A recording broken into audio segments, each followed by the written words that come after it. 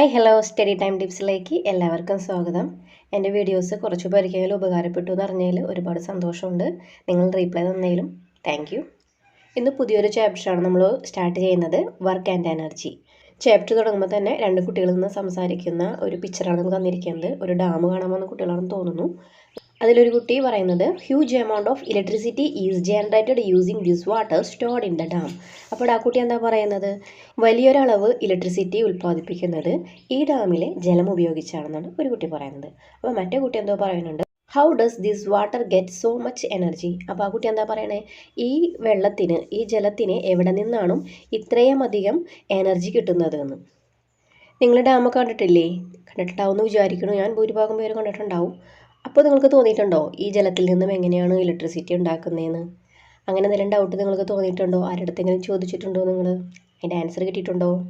നമുക്ക് നോക്കാം ഈ ഒരു ചാപ്റ്ററിൽ അതിൻ്റെ ആൻസർ ഉണ്ടോയെന്ന്. അപ്പോൾ നമുക്ക് ചാപ്റ്റർ കണ്ടിന്യൂ ചെയ്യാം. ഇവിടെ കുറച്ച് ആക്ടിവിറ്റികൾ തന്നിട്ടുണ്ട്, അത് നമുക്ക് നോക്കാം. ഇവിടെ ഒരാൾ ലോറിയിലേക്ക് ലോഡ് കയറ്റുന്നു, ഒരാൾ ഒരു വലിയ പാറ തള്ളി നീക്കാൻ ശ്രമിക്കുന്നു, ഒരാൾ മാർക്കറ്റിൽ നിന്നും ട്രോളി ഇങ്ങനെ തള്ളി നീക്കിക്കൊണ്ട് വരുന്നതാണ്, ഒരാൾ തലയിൽ ചൂടുമായിട്ട് നിൽക്കുന്നു. ഇനി നമുക്ക് ഇതനുസരിച്ചിട്ട് ഇതിൻ്റെ താഴെ ഒരു ടേബിൾ തന്നിട്ടുണ്ട്, അതൊന്ന് ഫില്ല് ചെയ്യാം. അപ്പം നമുക്ക് ടേബിൾ നോക്കാം. Situation where force is applied, അതായത് ബലം പ്രയോഗിച്ച ആ സിറ്റുവേഷൻ ഏതാണെന്ന്, ഫോഴ്സ് അപ്ലൈ ചെയ്ത ഒരു സിറ്റുവേഷൻ ഏതാണ് അതാണ് തന്നിരിക്കുന്നത്. രണ്ടാമത്തെ കൂടെ തന്നിരിക്കുന്നത് object on which force is applied, force പ്രയോഗിക്കപ്പെട്ട ആ ഒരു ഒബ്ജക്റ്റ് ഏതാണെന്ന്. Is there a displacement for the object, yes or no, അതായത് വസ്തുവിന് ഡിസ്പ്ലേസ്മെൻറ്റ് സംഭവിച്ചിട്ടുണ്ടോ, ഉണ്ടെങ്കിൽ ഉണ്ട്, അല്ലെങ്കിൽ ഇല്ല. Then next column, is there displacement for the object in the direction of applied force, force apply ചെയ്ത ഡയറക്ഷനിൽ തന്നെ വസ്തുവിന് ഒരു ഡിസ്പ്ലേസ്മെൻറ്റ് ഉണ്ടായിട്ടുണ്ടോ. അങ്ങനെയാണ് 4 കോളം ഇവിടെ തന്നിരിക്കുന്നത്. അപ്പോൾ നമുക്ക് ഫസ്റ്റ് സിറ്റുവേഷൻ നോക്കാം.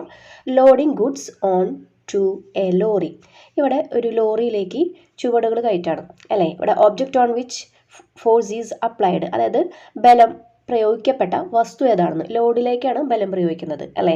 ഇനി അവിടെ ഡിസ്പ്ലേസ്മെൻറ്റ് ഉണ്ടായിട്ടുണ്ടോയെന്ന്, ഉണ്ടായിട്ടുണ്ട് അല്ലേ. അതായത് ഒരു വസ്തുവിനെ നമ്മൾ ഒരു സ്ഥലത്ത് നിന്ന് മറ്റൊരു സ്ഥലത്തേക്ക് മാറ്റാണ് ചെയ്യുന്നത്, അതിനാണ് ഡിസ്പ്ലേസ്മെൻറ്റ് എന്ന് പറയുന്നത്. അല്ലെങ്കിൽ നമുക്ക് പറയാം 2 പോയിന്റുകൾ തമ്മിലുള്ള സ്ട്രെയിറ്റ് ലൈൻ ഡിസ്റ്റൻസിനെയാണ് നമ്മൾ ഡിസ്പ്ലേസ്മെൻറ്റ് എന്ന് പറയുന്നത് അല്ലേ. ഇപ്പം നമുക്ക് തൽക്കാലത്തേക്ക് ഇവിടെ ഒരു സ്ഥാനമാറ്റം, അതായത് ഒരു പൊസിഷൻ ചേഞ്ച് ആയിട്ട് നമുക്ക് എടുക്കാം അല്ലേ. അപ്പോൾ അതിൻ്റെ answer yes, is the displacement for the object in the direction of applied force, അതായത് ഫോഴ്സ് അപ്ലൈ ചെയ്ത ഡയറക്ഷനിൽ തന്നെയാണോ വസ്തുവിന് ഡിസ്പ്ലേസ്മെൻറ്റ് ഉണ്ടായത് എന്ന്. അതെ അല്ലേ. ഇനി നമുക്ക് നെക്സ്റ്റ് നോക്കാം. Trying to push a huge rock, ഒരാൾ ഒരു പാറ തള്ളി നീക്കാൻ ശ്രമിക്കുകയാണ്. അപ്പോൾ അവിടേക്ക് ഫോഴ്സ് അപ്ലൈ ചെയ്യുന്നത് ഏതിലേക്കാണ് ഫോഴ്സ് അപ്ലൈ ചെയ്യുന്നത്, റോക്കിലേക്കാണ് അല്ലേ. അപ്പോൾ അവിടെ എന്താ സംഭവിക്കുന്നത്, വസ്തുവിന് ഡിസ്പ്ലേസ്മെൻറ്റ് സംഭവിക്കുന്നുണ്ടോ, ഇല്ല ഇല്ലേ. ഇനിയിപ്പോൾ ഡിസ്പ്ലേസ്മെൻറ്റ് സംഭവിക്കണില്ല എന്നുണ്ടെങ്കിൽ പിന്നെ നമുക്ക് അടുത്ത് പറയാം ഏത് ഡയറക്ഷനിലേക്കാണെന്ന് ചോദിക്കേണ്ട അവിടെ കാര്യമില്ല, അവിടെ വരുന്നത് നോ തന്നെയാണ്. Next situation, A trolley being pushed in A super market, super മാർക്കറ്റിൽ നിന്നും ട്രോളി തള്ളിക്കൊണ്ട് പോകുന്ന ഒരാൾ. അപ്പോൾ ഇവിടെ ഫോഴ്സ് അപ്ലൈ ചെയ്തത് എവിടേക്കാണ് ഫോഴ്സ് അപ്ലൈ ചെയ്യുന്നത്, ട്രോളിയിലേക്കാണ് ഫോഴ്സ് അപ്ലൈ ചെയ്യുന്നത്. Next column, is there displacement for the object, അതായത് വസ്തുവിനോട് ഡിസ്പ്ലേസ്മെൻറ്റ് ഉണ്ടായോ, ഉണ്ടായി അല്ലേ. നെക്സ്റ്റ് കോളത്തിൽ നമുക്ക് പറയാം അതിൻ്റെ ഡയറക്ഷനിലും ചേഞ്ച് ഉണ്ടായി എന്ന് പറയാം. അപ്പോൾ 2 കോളം യെസ് കൊടുക്കാം നമുക്ക്. Next, a man standing with a load on his head, ഒരാൾ തലയിൽ ചുവടുമായിട്ട് നിൽക്കുകയാണ് അല്ലേ. ഇവിടെ ബലം എവിടേക്കാണ് പ്രയോഗിക്കുന്നത്, ലോഡിലേക്കാണ് ബലം പ്രയോഗിക്കുന്നത് അല്ലേ. ഇവിടെ ഡിസ്പ്ലേസ്മെൻറ്റ് ഉണ്ടാവുന്നുണ്ടോ, ഇല്ല. അപ്പോൾ നമുക്ക് പറയാം ലാസ്റ്റത്തെ കുളത്തിൽ നമുക്ക് പറയാം ഡയറക്ഷനിലൂടെ മാറ്റമൊന്നുമില്ല അല്ലേ, ബലം പ്രയോഗിക്കുന്നുണ്ടെങ്കിലും ഡയറക്ഷനിൽ ചേഞ്ച് ഒന്നും ഉണ്ടാവണില്ല എന്ന് പറയാം. From table 6.1, it is understood that there is no displacement in the direction of the applied force in all these situations.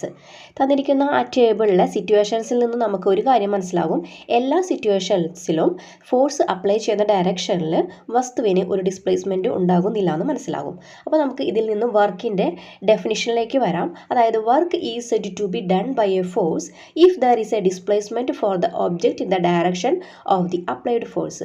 അപ്പോൾ വർക്ക് പറയുന്നത് നമ്മളൊരു വസ്തുവിലേക്ക് ബലം പ്രയോഗിക്കുകയാണെന്ന് കരുതാം.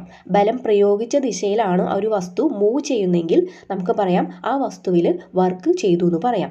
ഓക്കെ, ഇതാണ് നമ്മൾ ഈ വർക്ക് എന്ന് പറയുന്നത്. അതായത് ഇപ്പോൾ നമ്മൾ ഒരു മേശയിൽ നമ്മൾ തള്ളി നീക്കുകയാണ്, അതിലേക്ക് നമ്മൾ ബലം പ്രയോഗിക്കുന്ന ദിശയിൽ തന്നെയാണ് ആ മേശ നീങ്ങുന്നതെങ്കിൽ നമുക്ക് പറയാം ആ മേശയിൽ ഒരു വർക്ക് ചെയ്തു എന്ന് പറയാം. ഓക്കെ, എക്സാമിന് ചോദിക്കാറുണ്ടത് കുറച്ച് സിറ്റുവേഷൻസ് വന്നിട്ട് ഇവിടെ വർക്ക് ഡൺ നടക്കുന്നത് ഏതിലേക്കാണെന്നൊക്കെ ചോദിക്കാറുണ്ട് കേട്ടോ. അപ്പോൾ നമ്മൾക്ക് അപ്പോൾ അതിൽ നിന്ന് മനസ്സിലാവണം എന്താ, നമ്മൾ ഫോഴ്സ് അപ്ലൈ ചെയ്യാൻ വേണം, ഡിസ്പ്ലേസ്മെൻറ്റ് ഉണ്ടാകും വേണം. ഈ രണ്ട് സംഭവങ്ങളും ഒരു വസ്തുവിൽ ഉണ്ടായാൽ മാത്രമേ അവിടെ വർക്ക് നടക്കുകയുള്ളൂ. ഓക്കെ അല്ലേ? In table 6.1 identify the situations where work is done. അപ്പോൾ 6.1 എന്ന് പറയുന്ന ടേബിൾ അനുസരിച്ചിട്ട് ഏതൊക്കെ സിറ്റുവേഷനിലാണ് വർക്ക് നടന്നിട്ടുള്ളതെന്ന് പറയാനാണ് പറഞ്ഞിരിക്കുന്നത്. നെക്സ്റ്റ് ക്വസ്റ്റ്യൻ പറഞ്ഞിരിക്കുന്നത് identify the situation where work is not done. Work നടക്കാത്ത സിറ്റുവേഷൻ ഐഡൻറ്റിഫൈ ചെയ്യാൻ. നമുക്ക് ടേബിൾ നോക്കിയിട്ട് പറയാം ഏതൊക്കെ സിറ്റുവേഷനിലാണ് വർക്ക് നടന്നിട്ടുള്ളതെന്ന്. ഒന്നാമത്തെ മൂന്നാമത്തെ സിറ്റുവേഷനിൽ ഫോഴ്സ് അപ്ലൈ ചെയ്തിട്ടുണ്ട്, ഡിസ്പ്ലേസ്മെൻറ്റ് ഉണ്ടായിട്ടുണ്ട്. അപ്പോൾ അവിടെ വർക്ക് നടന്നിട്ടുണ്ട്. അതേപോലെ തന്നെ വർക്ക് നടക്കാത്ത സിറ്റുവേഷൻസ് ആണ് 2ഉം അതേപോലെ തന്നെ 4ഉം. അവിടെ ഫോഴ്സ് അപ്ലൈ ചെയ്യുന്നുണ്ട്, പക്ഷേ ഡിസ്പ്ലേസ്മെൻറ്റ് ഉണ്ടാവണില്ല. അതുകൊണ്ട് നമുക്ക് അവിടെ വർക്ക് ഉണ്ടായെന്ന് പറയാൻ പറ്റില്ല. നെക്സ്റ്റ് നോക്കാം, can we calculate the quantity of work done. Measure of work, അതായത് വർക്കിൻ്റെ ക്വാണ്ടിറ്റി നമുക്ക് മെഷർ ചെയ്യാൻ സാധിക്കുമോ? അപ്പോൾ നമുക്ക് എങ്ങനെയാണ് നോക്കാം. Haven't you seen patients being taken in a wheel chairs in hospitals. അതായത് ആശുപത്രികളിൽ വീൽ ചെയറിൽ രോഗികളെ കൊണ്ടുപോകുന്നതൊക്കെ നിങ്ങൾ കണ്ടിട്ടില്ലേന്ന്. Observe the situations depicted in figure 6.2 where an attender shifts patients to a distance of 10 meter along a level veranda. ഇവിടെ 6.2 എന്ന് പറയുന്ന രണ്ട് ഫിഗർ തന്നിട്ടുണ്ട്. ആ ഫിഗർ ഞാൻ കാണിച്ചു തരാം കേട്ടോ. ആ ഫിഗറിൽ ഒരു അറ്റൻഡർ 2 പേഷ്യൻസിനെ ഒരു 10 മീറ്റർ അകലേക്ക് ഒരു വീൽ ചെയറിലേക്ക് ഇങ്ങനെ തള്ളിക്കൊണ്ട് പോവാണ്. Here the applied force varies according to the weight of the patients.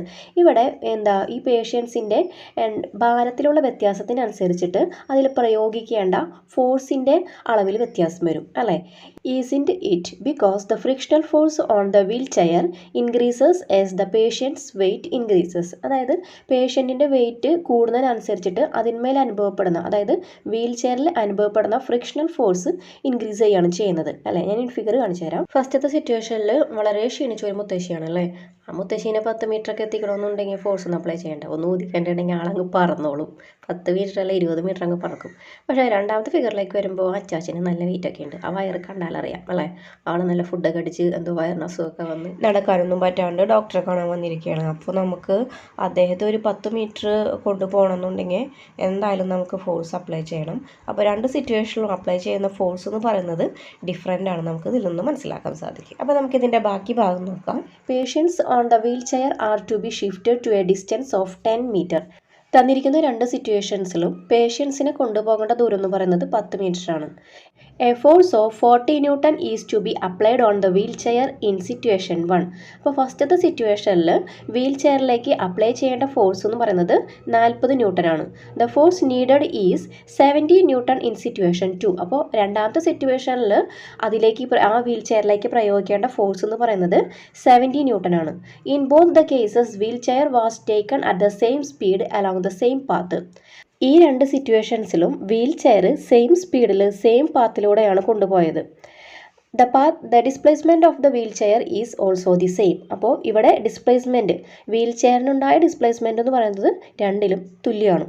When we move objects across a floor on a horizontal plane, we are applying a force against a force of friction. ഇവിടെ നമ്മൾ ഒരു നിരപ്പായ ഒരു തറയിലൂടെ നമ്മൾ ഒരു വസ്തുവിനെ ഇങ്ങനെ move ചെയ്യിപ്പിക്കുന്ന സമയത്ത് നമ്മൾ ഫ്രിക്ഷന് എതിരെയായിട്ടാണ് നമ്മൾ എപ്പോഴും വർക്ക് ചെയ്യുന്നത്. Hence V are doing work against the force of friction. അപ്പോൾ നമ്മൾ ചെയ്യുന്ന ആ ഒരു വർക്ക് എന്ന് പറയുന്നത് frictional ഫോഴ്സിന് എതിരായിട്ടാണ്. In which situation was more work done? Why? Situation 1 or situation 2? അപ്പോൾ ഇവിടെ തന്നിരിക്കുന്ന ആ 2 സിറ്റുവേഷനിൽ ഏത് സിറ്റുവേഷനിലാണ് കൂടുതൽ വർക്ക് ചെയ്യേണ്ടി വന്നിട്ടുണ്ടാവുക എന്ന്. ഒന്നാമത്തെ സിറ്റുവേഷനാണോ രണ്ടാമത്തെയാണോ? നമുക്ക് ഇതിൻ്റെ ആൻസർ പറയാം എന്താ, രണ്ടാമത്തെയാണ് അല്ലേ. കാരണം അവിടെ കൂടുതൽ ഫോഴ്സ് അപ്ലൈ ചെയ്യേണ്ടി വന്നിട്ടുണ്ട്. Here which factor influences the quantity of work done. അപ്പോൾ ക്വാണ്ടിറ്റി ഓഫ് വർക്ക് ഡണ്ണിനെ ഇൻഫ്ലുവൻസ് ചെയ്യുന്ന ഫാക്ടർ ഫോഴ്സ് ആണോ ഡിസ്പ്ലേസ്മെൻ്റ് ആണോ? അപ്പോൾ ഇതിൻ്റെ ആൻസർ നമുക്ക് പറയാം ഫോഴ്സ് ആണ് അല്ലേ. If the patient in the second situation has to be shifted through a distance of 20 meter under the same condition, the quantity of work done will increase. അതായത് ഈ രണ്ടാമത്തെ സിറ്റുവേഷനിലുള്ള പേഷ്യൻറ്റിനെ 70 ന്യൂട്ടൺ തന്നെയാണ് നമ്മൾ ഫോഴ്സ് അപ്ലൈ ചെയ്യുന്നത്. പക്ഷേ അതിൻ്റെ ഡിസ്റ്റൻസ് നമ്മളൊന്നുകൂടി കൂട്ടാണ്, 10 എന്നുള്ളത് 20 മീറ്റർ ആക്കി മാറ്റാണ്. അങ്ങനെയാണെന്നുണ്ടെങ്കിൽ ഇവിടെ വർക്ക് ഡൺ ഒന്നുകൂടി കൂടും അല്ലേ. Here which factor influence the quantity of work done. അങ്ങനെയാണെന്നുണ്ടെങ്കിൽ ഈ സിറ്റുവേഷൻസിൽ വർക്കിനെ ഡിപ്പെൻഡ് ചെയ്ത ഫാക്ടർ ഏതായിരിക്കുമെന്ന്. ഇവിടെ വർക്കിനെ ഡിപ്പെൻഡ് ചെയ്ത ഫാക്ടർ എന്ന് പറയുന്നത് ഡിസ്പ്ലേസ്മെൻ്റ് ആയിരിക്കും. ഓക്കെ, ഇപ്പോൾ സ്വാഭാവികമായിട്ടും പലർക്കും ഡൗട്ട് വന്നിട്ടുണ്ടാവും. ഇപ്പോൾ ആദ്യത്തെ സിറ്റുവേഷനിൽ ഫോഴ്സ് ആണെന്ന് പറഞ്ഞു, സെക്കൻഡ് സിറ്റുവേഷനിലേക്ക് വന്നപ്പോൾ ഡിസ്പ്ലേസ്മെൻ്റ് ആണെന്ന് പറഞ്ഞു. ഇതെന്താ ഇങ്ങനെയെന്ന് നിങ്ങൾ വിചാരിക്കുന്നുണ്ടാവും അല്ലേ. ഫസ്റ്റത്തെ സിറ്റുവേഷൻ എന്ന് പറഞ്ഞിട്ടുണ്ടെങ്കിൽ 2 രോഗിനെ കൊണ്ടുപോകേണ്ട ഡിസ്റ്റൻസ് എന്ന് പറയുന്നത് 10 മീറ്റർ ആയിരുന്നു. സെക്കൻഡ് സിറ്റുവേഷനിലേക്ക് വന്നപ്പോഴെന്താ ഡിസ്റ്റൻസ് ഒരാളുടെ മാറി അല്ലേ. ഒരാളുടെ 10 മീറ്റർ എന്നുള്ളത് 20 മീറ്റർ ആക്കി മാറ്റി. അതുകൊണ്ടാണ് സെക്കൻഡ് സിറ്റുവേഷനിൽ വർക്ക് ഡണിൻ്റെ ക്വാണ്ടിറ്റി ഇൻക്രീസ് ചെയ്യുന്ന ഫാക്ടർ ഡിസ്പ്ലേസ്മെൻ്റ് ആയിട്ട് മാറിയത്. പറഞ്ഞത് മനസ്സിലായെങ്കിൽ ഒന്നും കൂടി ഒന്ന് റിവൈൻഡ് ചെയ്ത് കേൾക്കണം കേട്ടോ.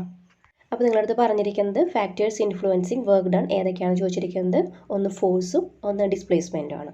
Work done is measured as the product of force applied and the displacement of the object in the direction of the applied force. അപ്പോൾ ഇവിടെ വർക്ക് ഡൺ എന്ന് പറയുന്നത് ഒരു വസ്തുവിലേക്ക് അപ്ലൈ ചെയ്യുന്ന ഫോഴ്സും ഫോഴ്സിൻ്റെ ഡയറക്ഷനിലുണ്ടായ ഡിസ്പ്ലേസ്മെൻറ്റിൻ്റെയും പ്രൊഡക്റ്റാണ് എന്ത് വർക്ക് ഡൺ എന്ന് പറയുന്നത്.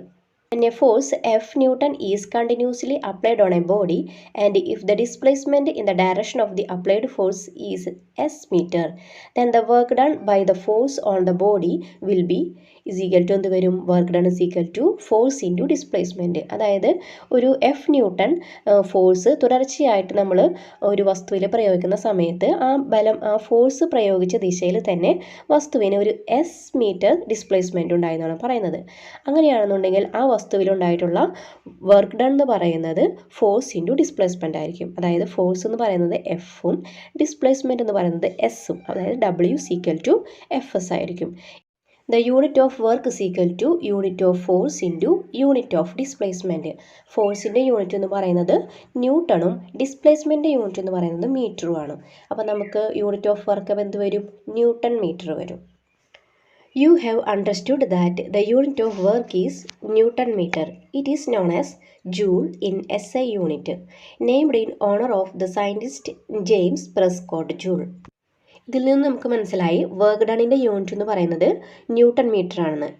ഇതിൻ്റെ SI യൂണിറ്റ് ആണ് ജൂൾ എന്ന് പറയുന്നത്. അപ്പോൾ നമ്മൾ ഇനി വർക്ക് ഡണിൻ്റെ യൂണിറ്റ് നമ്മൾ ജൂളിലായിരിക്കും പറയുന്നത്. ക്യാപിറ്റൽ ലെറ്റർ J ആണ് കൊടുക്കുന്നത്. ജെയിംസ് പ്രെസ്കോട്ട് ജൂൾ എന്ന് പറയുന്ന സയൻറ്റിസ്റ്റിനോടുള്ള ആദരസൂചകമായിട്ടാണ് ഇങ്ങനെ ഒരു പേര് നൽകിയത് കേട്ടോ. If a force of 1 Newton moves an object through a distance of 1 meter in the direction of force along a horizontal surface, calculate the work done by the force.